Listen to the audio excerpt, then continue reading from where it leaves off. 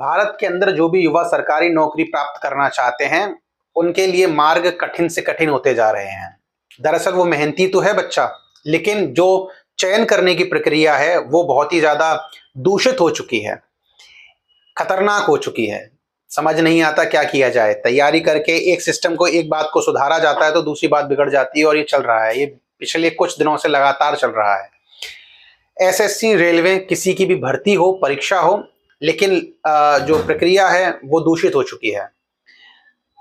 Exam या तो नकल कराने वाले एग्जाम आउट करा देते हैं, पेपर बिगड़ जाता है, या फिर पेपर देने की प्रक्रिया ही ऐसी है जहां पर टेक्निकल इश्यूज बहुत ज्यादा देखने को मिलते हैं। अभी हाल ही में तो विषय टेक्निकल इश्यूज का ज्यादा है, क्योंकि वेंडर चेंज किया है एसएससी ने, एडीक्यूटी को लेकर के आई है।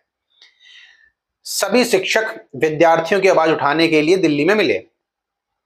उद्देश्य था डीओपीटी मिनिस्टर से मुलाकात करना, लेकिन पुलिस ने लाठीचार्ज कर दिया। उन सारे शिक्षकों को इकट्ठा करके कैद में रखा गया, लगभग 12 घंटे की कैद में।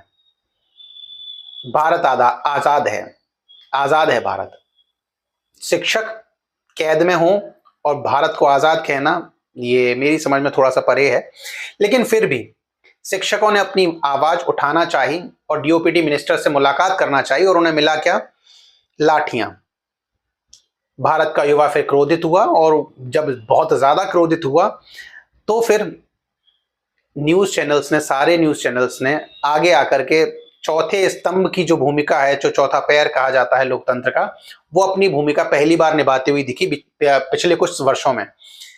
12 साल हो चुके हैं लगभग नई सरकार को आए, लेकिन खामियां वही हैं जो पुरानी सरकारों में हुआ करती थी। बदलाव कुछ ज्यादा देखने को नहीं मिले। एग्जाम होता है, कैंसिल होता है, अगर कैंसिल नहीं होता तो फिर भी उस पर कोर्ट केस होता है और वो कोर्ट में जाता है।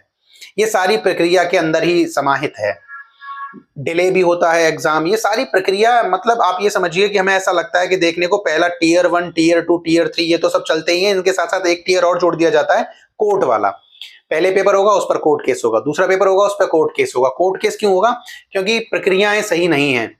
पिछले अगर एग्जाम की बात करें, जैसे सीजीएल 2024 की, तो उसके अंदर 19 सवाल ऐसे थे जहां पर सबको बोनस दे दिया गया। मतलब बेवकूफी कहेंगे हम, और इससे ज्यादा कुछ नहीं कह पाएंगे। लेकिन इस बार फिर से अगर वही दिक्कत देखने को मिलती है। वेंडर भी चेंज हो गया, एडीक्यूटी नाम का एक नया वेंडर लेकर के आए हैं, एआई से पेपर बनवा रहे हैं। अब देखिए, सोच करके देखिए कि एआई चयन करेगा कि कौन सा व्यक्ति सरकारी पोस्ट पर बैठेगा। एआई चयन करेगा इस चीज का।